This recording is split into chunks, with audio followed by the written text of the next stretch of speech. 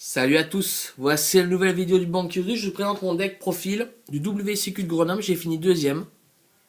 Voilà, allez c'est parti.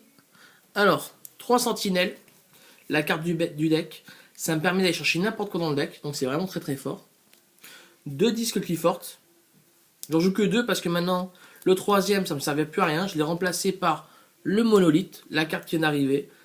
C'est vraiment très fort cette carte là parce que ça me permet d'aller chercher, faire du plus 2 ou plus 3 en fin de tour. C'est vraiment pas facile à gérer pour l'adversaire, on va dire. Le furtif Clifford. Alors ça, c'est vraiment fort aussi, c'est un effet rapide.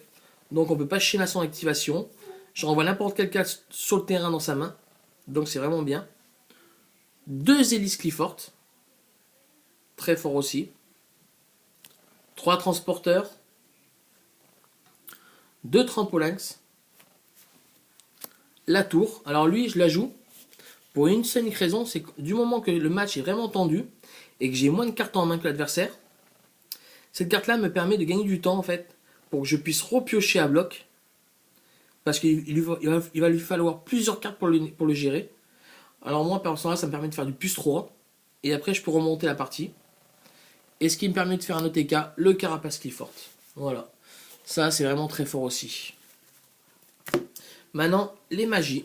Alors, une carte qui est devenue indispensable dans le deck Clifford. Laser Cli. Obligatoire.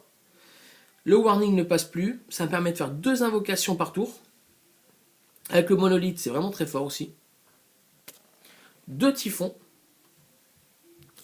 Un Book of Moon. 3 pots de dualité. 3 habilités de l'invocateur. 3 sacrifices. Un vol à l'arraché. Alors cette carte, depuis qu'elle est revenue, je l'ai vue ce week-end, voler beaucoup de matchs. C'est vraiment horrible. Et 2 gobelins parvenus.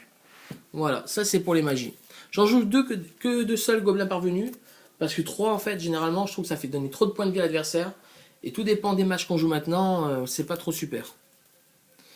Après, en piège, 3 espaces de négation, la carte de base.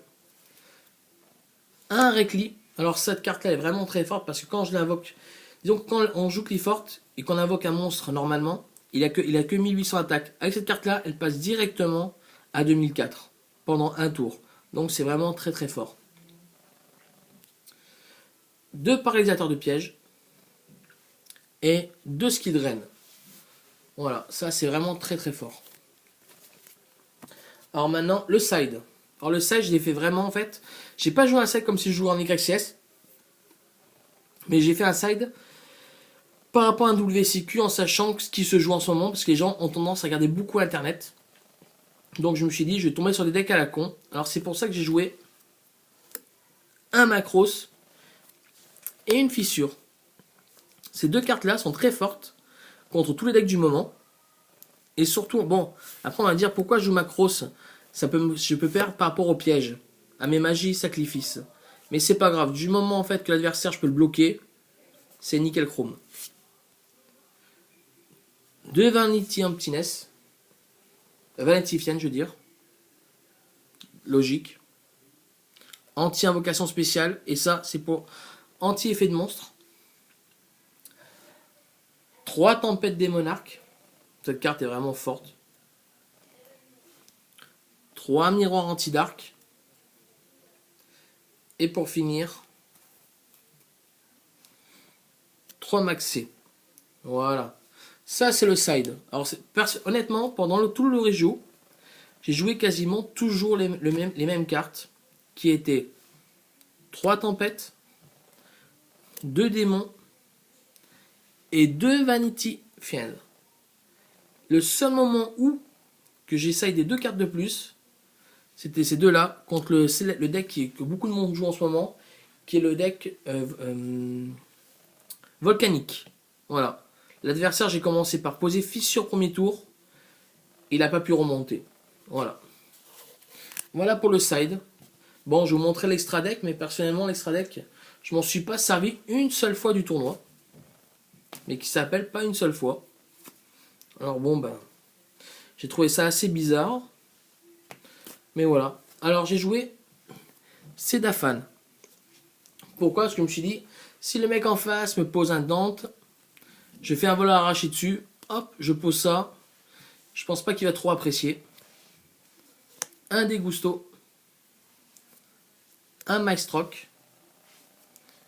Un numéro 50. Un 106. Un 101. Un 61. Un Dragon X6.